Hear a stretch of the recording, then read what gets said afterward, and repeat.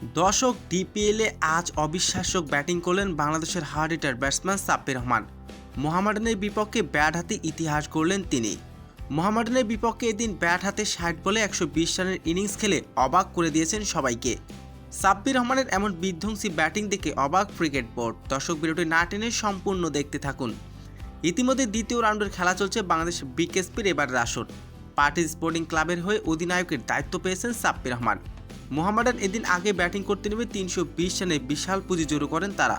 ৩২১ রানের জবাবে ব্যাটিং করতে নেমে শুরুটা ভালো করতে পারেনি পার্টি স্পোর্টিং ক্লাবের দুই ওপেনার। মাত্র ৩০ রানের মাথায় মহামূল্যবান দুইটি উইকেট হারায় পার্টি স্পোর্টিং ক্লাব।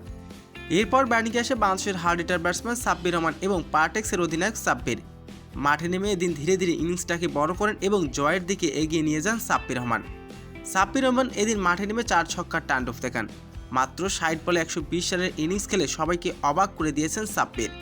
আর এদিন মোহামেডানের বিপক্ষে সহজ জয়ের দেখা পায় তারা। তো দর্শক, সাব্বির রহমানের এমন বিধ্বংসী ব্যাটিং আপনার কেমন লেগেছে জানিয়ে দিন আপনার মূল্যবান মতামতটি কমেন্ট বক্সে।